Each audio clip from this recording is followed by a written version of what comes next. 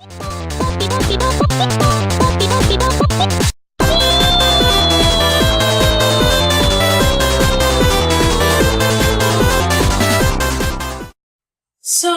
how do you advertise and promote a new video game IP? Well, when you figure that out, hopefully it'll turn out better than the Beautiful Joe anime.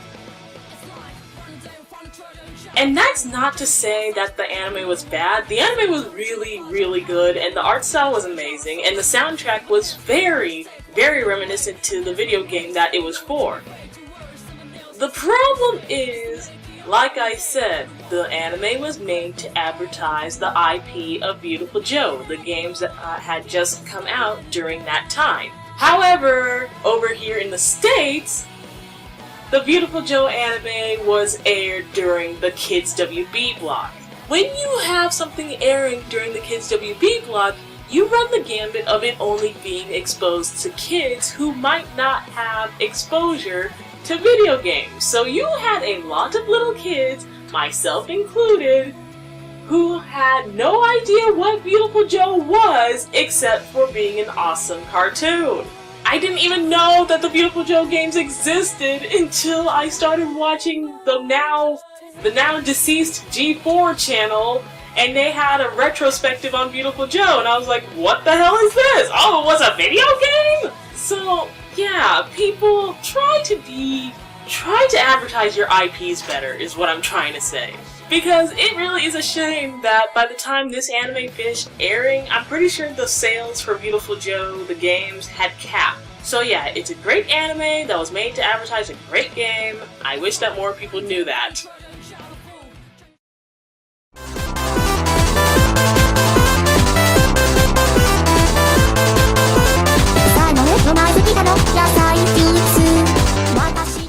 Okay, somebody needs to explain this to me because I still don't understand. Why is Zatch Bell still so despised by the anime community? No, really, I see nothing but contempt anytime Zatch Bell is mentioned. And I really don't understand why that is. The anime wasn't that bad. The premise was silly, but then again, what shonen anime aimed at younger audiences isn't?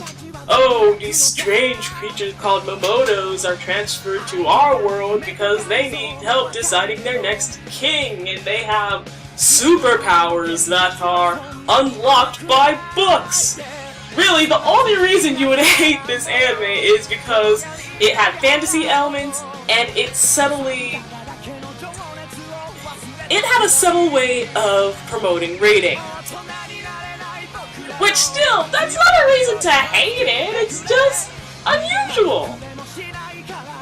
Unless you're one of those people who hate it because of the butchering that the English dub did of it, then I can understand, but even so, it wasn't that bad.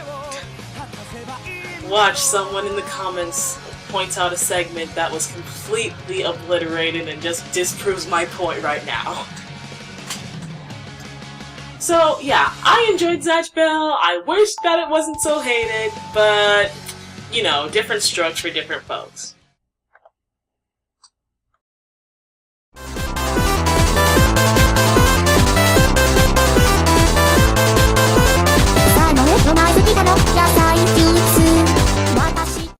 Some people may be saying, or thinking, after what happened with my intense reaction to Robin Williams' death, how can I like something that has a core theme of a character's depression and suicide? And I will say this in response. Depression and suicide are things that need to be acknowledged and talked about more. Be it in fiction, be it important figures talking about it, just more people need to acknowledge it. That being said, colorful.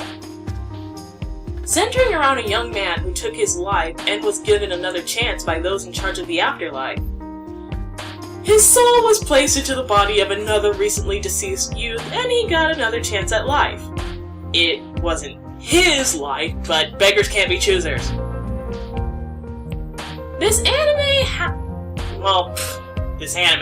film, though it is an anime film, but let's just go by calling it an anime. This feature... yeah, I just completely screwed my own words over. This feature... the themes are very core and central, they're obvious, but still it's very surrealist. And that's probably why I liked it, because when I first looked at it, the title was what made me finally decide to watch it. Colorful, what the hell is this? And the synopsis and the title kind of went to heads with each other, but I still gave it a chance and I ended up enjoying it quite a bit, so... I like the art, I like the subtle soundtrack, and as I said before, despite it being surrealist, the themes are there. There's depression, there's suicide, there's the afterlife, and then there's growing up. There are quite a few amount of scenes that just latch onto the growing up, young adults growing up in an uncertain time element. So I would give Colorful a chance if you just need something to watch, and hopefully it won't bring you too down in the dumps. I could have explained this better, but it's a movie about a kid who killed himself and was brought into another dead kid's body to take over his life. How much more can I talk about that?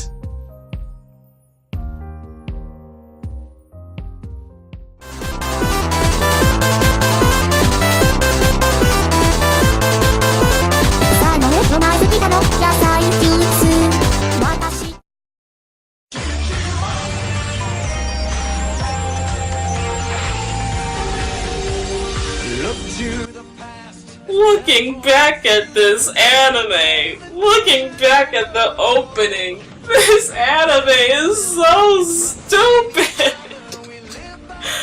But still, Digimon Frontier is my favorite Digimon. I know some people are saying, how could you forget about Takato and Guilmon? And like, that series of Digimon was good, but for some reason in my mind, Digimon Frontier edges it out by just that much. So, yes, this was the Digimon where the kids turned into the Digimon and they were trying to get home from being whisked to the digital world, and the whole thing was very Power Ranger-ish. That's probably why my mind is just screaming, this anime is so stupid, why do we like it so much? But actually, you know what? There's nothing else to say about this anime. It's just, you have to watch Digimon Frontier.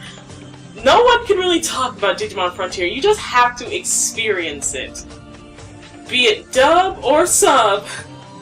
Just go watch it. Just go watch it so I'm not the only person laughing while trying to talk about it.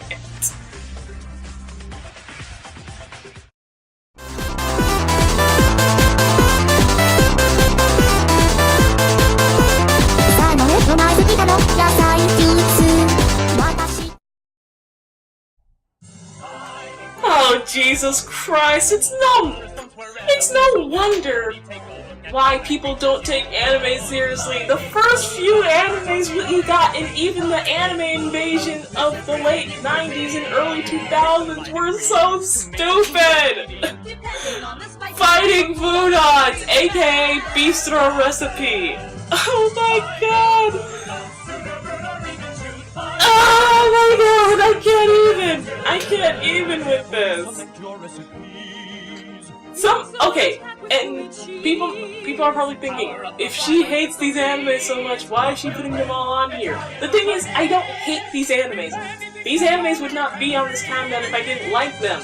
But even liking them, I have to acknowledge, oh my god, what was I thinking? What am I still thinking? Oh my god. Fighting Foodons. They made food, they put these magic cards on the food turned into monsters, and they fought with the monsters. Help me! Help me! No, but really, despite it sounding stupid, if you think about it, this is an actual interesting premise. It brings a new meaning to the term food fight, after all. Oh god, no, not that one. That one, there's only so much I can do, and that is just no. So, yes, fighting foodons. Just fighting foodons. But I will say one thing. They made the food look awesome on that show. I came out of every episode wanting to go eat something.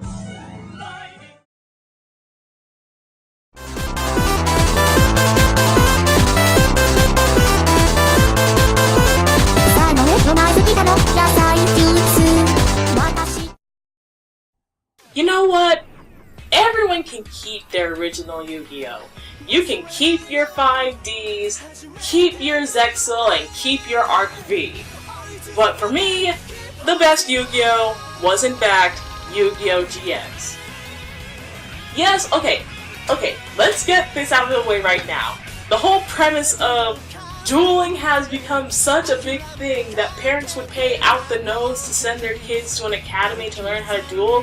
Yeah, that's kinda dumb! And Jaden Yuki is uber Mary Sue-ish, to the point that the one time he lost a duel, it resulted in the death of all his friends. I'm still sore about that anime! But besides that, Yu-Gi-Oh! GX was fucking awesome. Like, just fuck Jaden Yuki, let's look at all the other characters. And unfortunately, I am going by English names because the only Japanese name for a character that I remembered was the one for Tyranno Hasselberry, which was Tyranno Kenzan. Seriously. Oh my god, Tyranno Hasselberry. Freaking... Ooh, he was one of my anime crushes. But... yeah, Alexis, Cyrus, Zane and his emo ass, Bastion, even Chumsley, they were all great. Of course, you know, the best characters in the show were Tyranno Hasselberry and Professor Banner, who were coincidentally two of my anime crushes. But yeah, this is the Yu-Gi-Oh! Anime that got me into dueling again, because after a while of following the original Yu-Gi-Oh! I kinda got discouraged in dueling because I would always lose. But then with Yu-Gi-Oh! GX and their level system, I just had the mentality that, hey, you know what? I may be a loser, but at least I would be in the Slifer Red dorms, you know, with Professor Banner, and occasionally with Tyranno Hasselberry, since even though he was a raw yellow, he would come to visit the Slifer Red dorms all the time. And the Japanese version of the anime had some of the best theme songs, including Precious Time Glory Days. That is still on my MP3 list, even though I don't even have my MP3 anymore. So, yeah.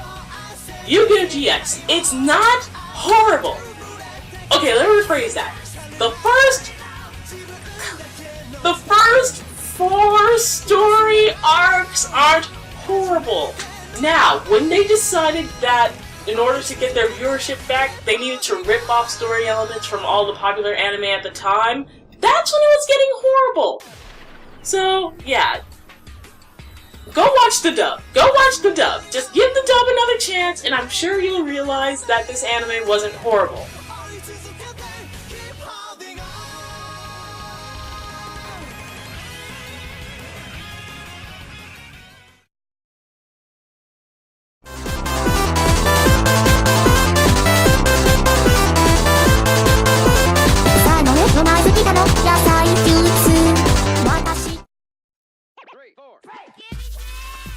I love Bobobo. I still love Bobobo. I'm not going to apologize for loving Bobobo. Bobobo. I can never figure out how many bows are in the title of Bobobo. That's why I just call it Bobobo. That's why a lot of people just call it Bobobo. Or they call it that batshit crazy anime about the hair. It takes a certain sense of humor to laugh at and enjoy Bobobo, but then again, you guys are listening to a person who absolutely loves Monty Python. Holy Grail and Flying Circus. Those are two of my favorite things. It's Bobobo! What can we say about Bobobo? It's batshit crazy! It's about a dude with a blonde afro who has magic nose hair fighting against bald supremacists. And his allies are a piece of rock candy, a man made out of jello, a pink-haired girl, because you know every anime has to have at least one pink-haired girl, some little fairy nymph thing made out of tofu, and a guy who uses his farts as weapons. No, we are not rationalizing Bobobo. Just know that I love Bobobo. I wish that more people loved Bobobo. It's a hilarious anime. I'm not apologizing for liking it. You can go ahead and say that that's stupid as all hell. I know that it's stupid as all hell, but it's also hilarious as all hell, so, meh.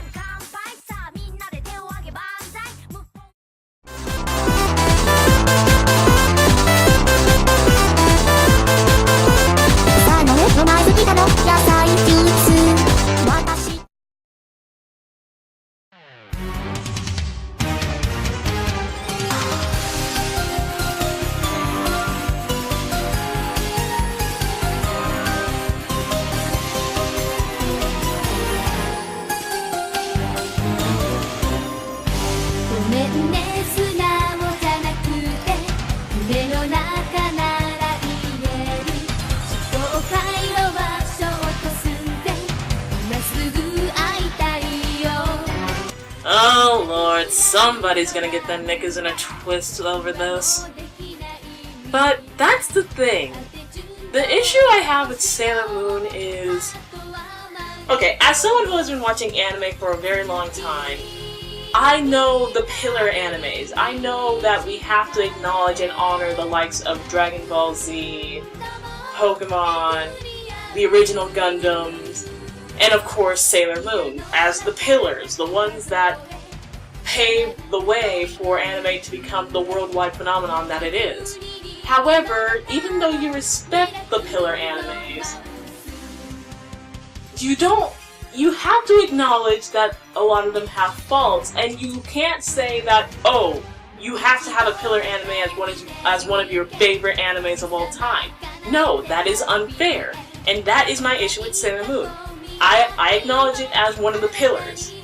I acknowledge that it is a good anime, and I acknowledge its creator for all that she has done for the anime industry.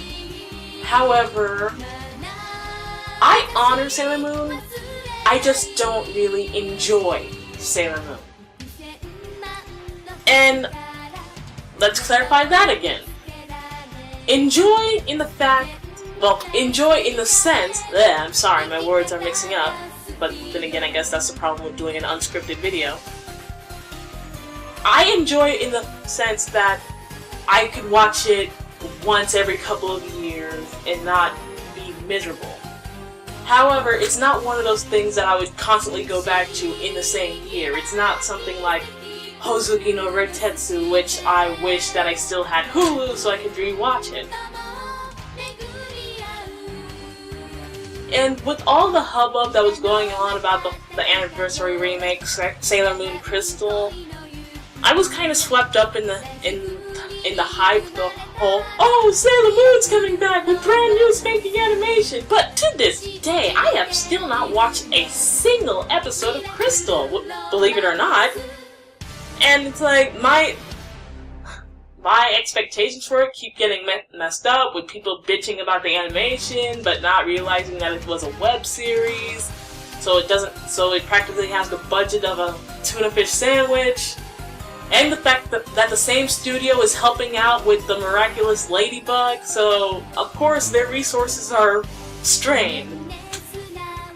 So I'm going by my memories of the original Sailor Moon, and as a little girl, I loved it, you know, girl power, woo! But it's not something that I would actively seek out to go watch again. Especially the dub. The dick dub, they were a bunch of dicks when dubbing it. Oh goodness. So, yeah. No one should ever take this as Lupino09 saying, oh, she hates Sailor Moon. I don't. It's just not something that I would actively go back to every few months.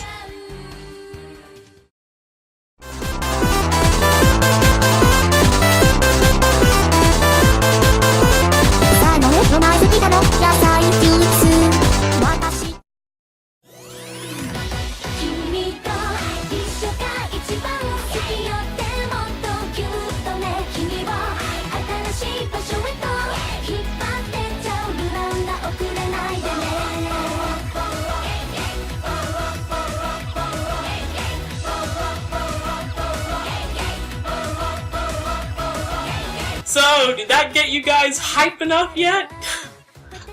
Yes, here we have Carnival Phantasm, the celebratory anniversary anime that the animation / game company Type Moon put out to celebrate their long-running campaign of success. I mean, these are the people who made Fate Stay Night, Melty Blood, Mahosukai no Yoru, and all sorts of other things. So, yeah, they made this anime to celebrate their success by cramming all the characters from everything that they have ever created into one random slice-of-life festival. Just shove a bunch of genres in there and you get Carnival Phantasm. No, what really made me watch this anime was a countdown. I'm not sure who did it. I think it was Arcada, but I'm not sure. But it was a countdown of the top most energetic, memorable anime openings, and this one was on there, and I didn't know what the hell I was getting into. I just watched it, I loved the opening, I was hoping that I would love the anime, and for the most part I did. There's no plot! No, don't even think about a plot with Carnival Phantasm. It's literally just all the characters that Type Moon has ever developed being pushed into one anime, one setting. They do things like contests and game shows and playing tennis and sports, but there's no plot. It's literally just all of them being shoehorned in together. You know what this is? You know what this anime is? This anime is Tomodachi Life Type Moon Edition. That's what this anime is. So, yeah. Actually, yeah. Tomodachi Life. Just think about the themes. Just think about the theme song you just watched. Combine that with Tomodachi Life. You have this anime. And I still love it all the same.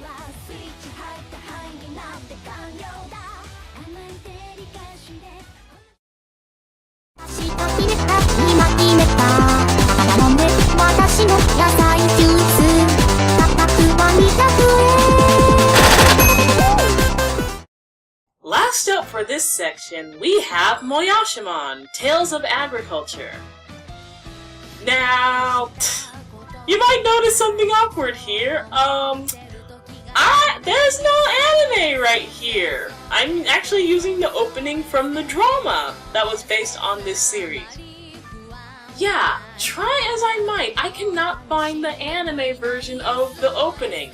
Which, there is. There was a Moyashimon anime. I'm not stupid. I'm not delusional. However, the thing is, Moyashimon is very, very popular over in Japan. Not very many series have the original manga, an anime based on the manga, then a drama based on the anime and the manga. Not very many anime series have that honor. The only other ones I can think of are Death Note and Chibi Maruko-chan. The story of Moyashimon was this young man who, ever since he was young, he knew that he had the ability to see microbes. You know, those small, itty-bitty, teeny tiny microscopic organisms that you can't see without a microscope. And he can see the good ones, the bad ones, the incredibly deadly ones, and he's had to bear with this ability all his life until he decides to go to agricultural university in Tokyo, and that's where he meets all sorts of new friends who either want to cash in on his ability, or just want to study him, or use him to help them study microbes, and it's a really good... The story is great, the anime is great, oh, and the drama is amazing. I know I shouldn't be judging the drama here.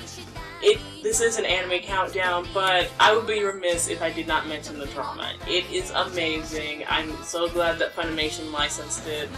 Without dubbing! Without dubbing! Oh, merciful God, thank you! Funimation licensed something without dubbing it!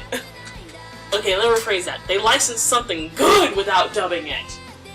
Sorry, you all know my...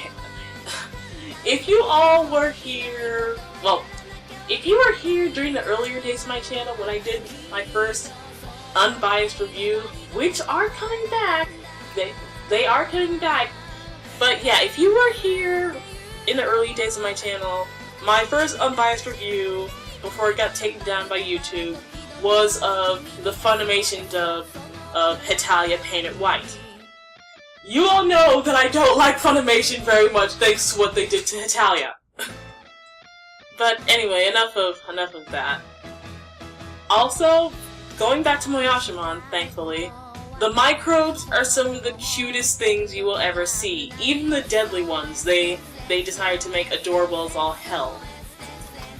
So, watch this anime. I highly recommend this anime, and the drama, and reading the manga. It's funny, it's entertaining, and you'll learn something. Actually, you'll learn a lot, especially since in the ending sequence of the drama, I don't remember if they did this in the anime or not, but in the ending sequence of the drama, they would, during the credits, they would have this book turning to show all the microbes that were mentioned in the episode that day, and what said microbes do or what they cause. So yeah, go watch Moyashimon, or read Moyashimon, or watch the drama. Go support Moyashimon!